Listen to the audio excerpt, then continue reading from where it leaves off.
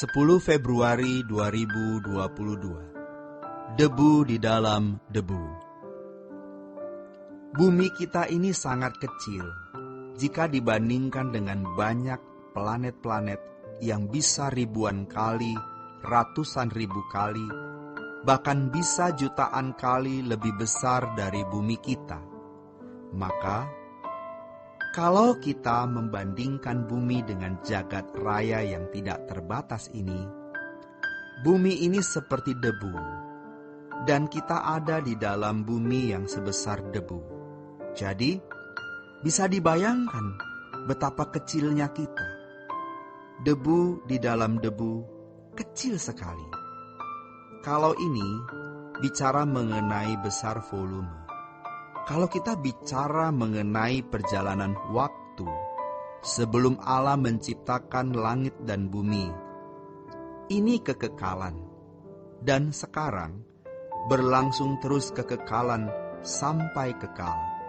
Jadi 70-80 tahun umur hidup kita ini seperti debu juga jika dibandingkan dengan kekekalan.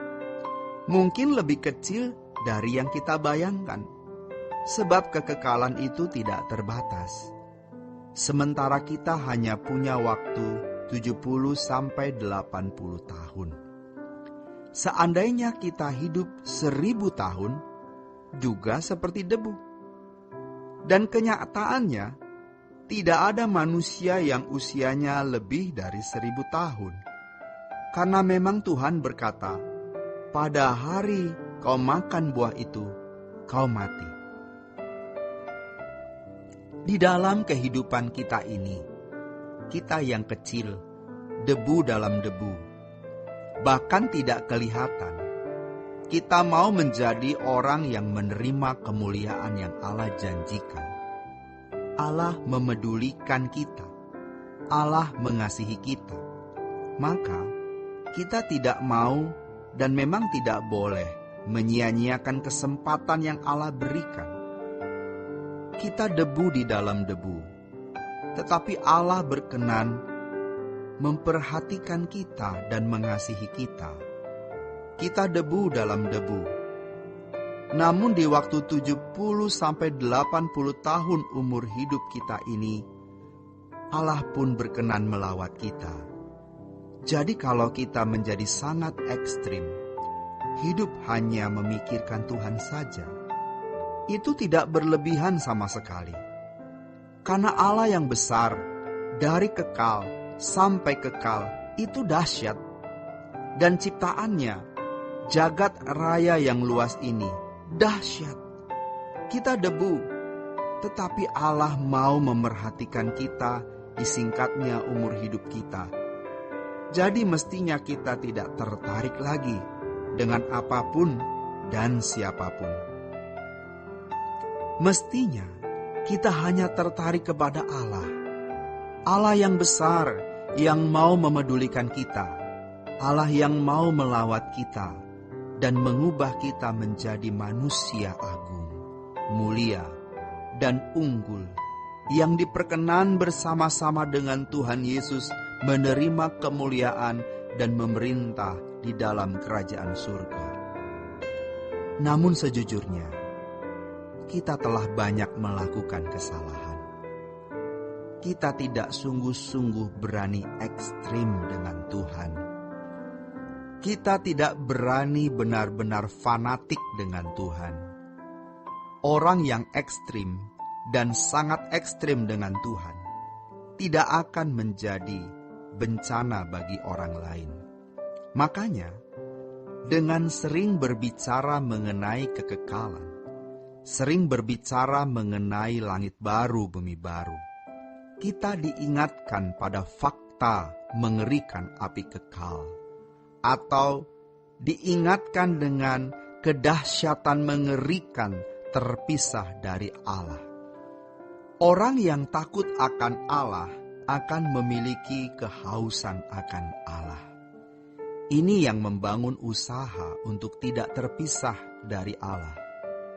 Tetapi kalau seseorang takut terhadap hal lain, maka ia akan membangun usaha untuk memperoleh sesuatu itu. Dan akhirnya ia menganggap remeh, menganggap sepele Allah. Dan kalau orang sudah menganggap sepele Allah, kehausannya hanya ditujukan kepada yang lain. Ia pasti tidak takut akan Allah. Setelah melewati berbagai pergumulan hidup dan dengan bertambahnya usia, kiranya kita pada akhirnya memilih untuk berlabuh di dalam Tuhan. Dan ini adalah berkat abadi. Tentu kita harus bekerja, berkarir, mengurus rumah tangga, memenuhi tanggung jawab kita, sebagaimana seharusnya kita hidup sebagai manusia yang bertanggung jawab. Tetapi, semua itu kita lakukan hanya untuk Tuhan. Karena firman Tuhan mengatakan, baik kamu makan, atau minum, atau melakukan sesuatu yang lain, lakukanlah semua itu untuk kemuliaan Tuhan. 1 Korintus 10 ayat 31. Dan inilah kesempatan yang tidak akan pernah terulang selama-lamanya. Kesempatan sekali-kalinya, yang pertama dan yang terakhir. Kita harus memandang Allah sebagai satu-satunya kebutuhan kita. Dan kalau orang membutuhkan Allah, ia akan memiliki kehausan dan kelaparan akan Allah. Seperti halnya orang sakit yang membutuhkan dokter. Pertanyaannya, apakah kita merasa haus akan Allah? Atau haus kepada hal lain? Kalau kita tidak merasa haus akan Allah, karena masih mengingini perkara-perkara dunia, maka kita tidak merasa sakit.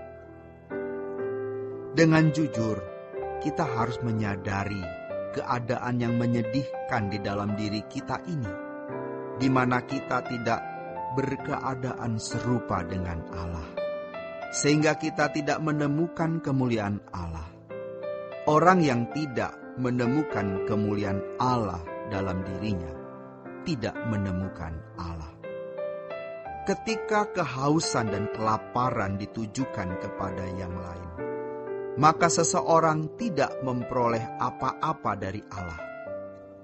Walaupun bertahun-tahun menjadi jemaat, aktivis, bahkan pendeta, dia tidak mendapat apa-apa. Pengetahuan teologinya mungkin bertambah, khotbahnya lebih lancar dan fasih, namun kehidupan rohaninya sebenarnya kering. Dan setan begitu cerdiknya membuat orang tidak merasakan kekeringan itu.